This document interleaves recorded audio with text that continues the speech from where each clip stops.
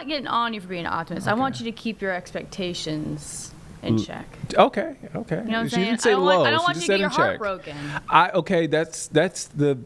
I do with the Bills every year. It's Trust the me, gift it sucks. and the curse of being a fan of a team. You get your feelings hurt. Yeah. I say there's a level of optimism because, look, you hear the good things coming out of training camp, and then you see the first preseason games, at least the first couple of drives that I watched on offense and even on defense. Some of those guys, it looked pretty good. This is why it's important to take those reps in camp. We have Sports Director Nick Carboni here on the phone with us. Nick, I want to start backwards. I know today is the last day of Panthers training camp. Well, I didn't get a chance to talk to you yesterday in studio. We talked, in the hallway, off camera. But how would you sort of assess Panthers' first preseason game? And I know it's preseason. Well, the most important thing was how Bryce Young looked, and how Bryce Young looked was how Bryce Young looked at the end of last season. And that's what you're looking for as he enters his third year and as he tries to continue the momentum he built over those last 8 or so games of 2024.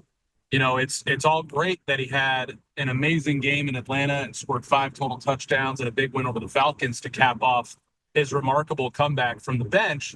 But that's all for naught if he has a similar start to this season as he did last season. Now, there are a number of layers as to why it doesn't appear that he necessarily would have that type of start to this season.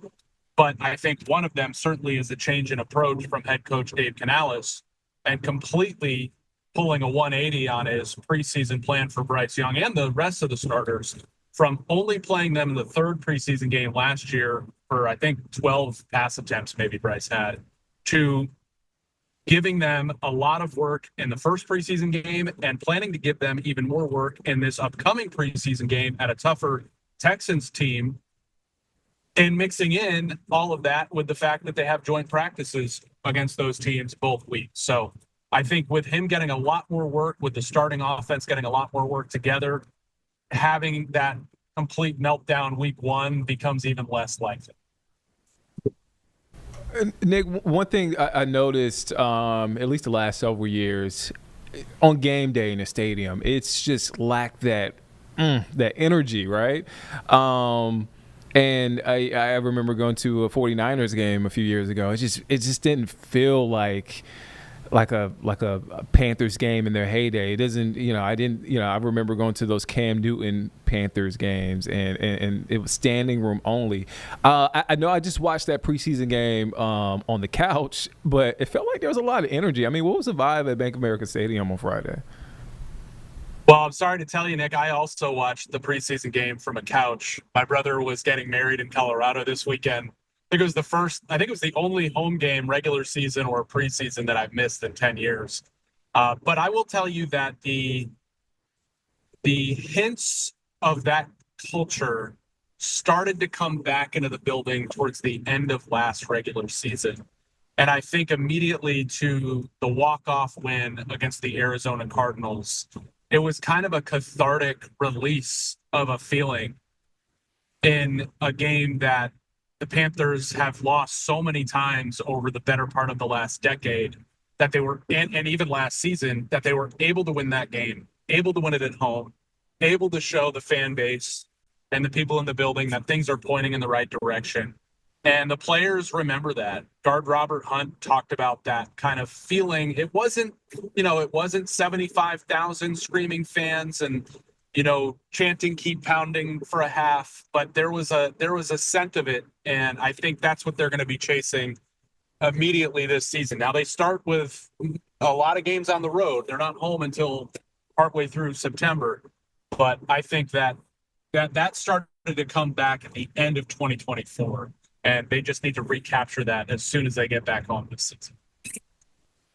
Carboni, you were there in spirit. That's all that counts. I was. I did get to watch all the way through Bryce's touchdown from Boulder, actually. So that was odd, watching Shedeur Sanders make his NFL debut from the place where he played college football. But nonetheless, I think back to your first question, the most important thing was Bryce and how he performed, and it was good. There's a lot of other stuff to peel back from the other night. It wasn't all roses, but that was the most important thing that everybody was looking for. What are the expectations going into the second preseason game? Will we see Bryce more? And part two of that question, one of the conversation that we were kind of having yesterday as you were walking in, some tough choices in that wide receiver room. Yeah, it seems like that is the room we continue to focus on. Not only is it a flashy and important position, but it's the one that, go back 2 years ago, it is so much more talented and so much more competitive than it has been for a long time. And, we've talked all about Hunter Renfrow, obviously, at the beginning of training camp and what a great comeback story he is. He is just getting that story back on track.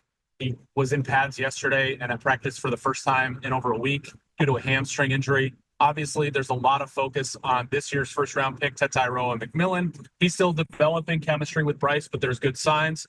Xavier Legette needs to improve coming off an up and down rookie season. There's some signs that he is, and some signs like his fight Friday night that he's still got a ways to go in that department. But I would say the biggest story right now coming out of that room is Jalen Coker. Coker was an undrafted free agent rookie last year out of Holy Cross, not exactly a hotbed for NFL talent. And he claimed the second receiver spot in terms of yardage last year. Adam Thielen was out for a while with an injury, and Coker really shined in those moments. And he looks like he's improved physically. He seems like he's improved from a playing standpoint. He had a great moment catching that touchdown pass and staying with Bryce Young on kind of a vintage Alabama Bryce scramble and making magic. So, whereas he may have had a quieter first part of camp, you're really seeing him blow up now. I don't think he was ever in danger of missing a spot on the roster, but it was certainly, more competitive this year. I think the intriguing thing will be what they do with Hunter Renfrow, fellow veteran David Moore, and even sixth-round pick Jimmy Horn, who I think has enough potential to be worth keeping around and has had a few moments in camp where he's gotten open and caught the ball. But I think he's got a long way to go in his development. But I do see him sticking around. It does seem like it's down to David Moore and Hunter Renfrow. And I forget the first part of your question because we're so locked in on the receiver. What was the other part, Nick? Actually, I want to pivot from that first part of the question to I guess is it out of, I don't want to say crazy, but is it crazy to think that Jalen Coker could step up and be the number 2 receiver at some point in the season? Yeah. I mean, I just feel like he and Bryce have good chemistry. It is not crazy to think that. And that's why I think that Xavier Legette's moment Friday night where he got in a fight, threw punches, I mean, that's an immediate ejection, and now you're off the field in an important drive for the offense. And that's not going to sit well with the coaching staff. I know he apologized. I know they had a conversation about it. Dave Canales said that was a great and productive conversation.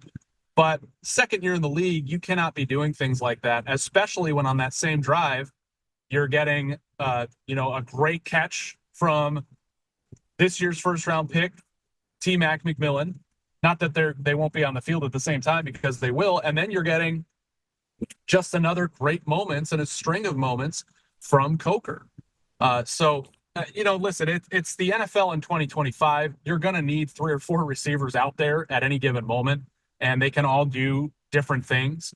So I'm not down on Legette, but it's unfortunate that, he hasn't had those big moments in camp. And then when he had a chance to on Friday night, he really just blew it by getting sent off the field. Carboni, I have a million questions, but I'll leave you with this one. And I have a million questions, but I'll leave you with this question. You've been so generous with your time. All right, so second preseason game in Houston against the Texans on Saturday. I think that's a 1:00 kickoff. What can we expect? Do we see a lot of Bryce on the field? Is he going to play an entire quarter? I mean, again, Canales has kind of made a 180 in his logic of playing his starters more in the preseason. Yeah, and that was the first part of your question that I wasn't able to get to, unfortunately. So now I can. Yes, Bryce Young will actually play a little more, most likely, this Saturday afternoon at Houston. And I think the challenge that the Texans defense and especially secondary presents will be, almost a level up from what the Browns had. So he is supposed to play 2 to 3 series. Going into the first preseason game, it was 1 to 2 series. So the planned workload is a little higher. Now, that can vary whether it's 2 or 3, right? Because last week what we saw was a quick 3-and-out, third down sack, and then punt on the first drive. So they needed to get him out there for the next drive so he could have a long drive, and it ended with a touchdown. So I think it'll be kind of a similar strategy of 2 series if they're both, series of substance, a third if one of them falters short and sputters out quickly. So long story short, we're going to see a lot of Bryce Young this week in Houston with joint practice Thursday, which are always really productive, and then up to 3 series in that preseason game. And then that will be it. It doesn't sound like many of the starters at all will play in that third and final preseason game here in Charlotte against Pittsburgh.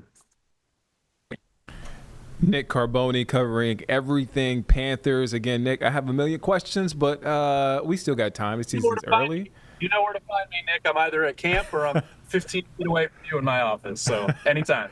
Good deal. Nick Carboni, sports director for WCNC Charlotte, man. Thank you. And be safe out there. I think it's raining. Be safe. It's wet. We started practice a little late, so we should be dry. Good deal, man. I'll talk to you later.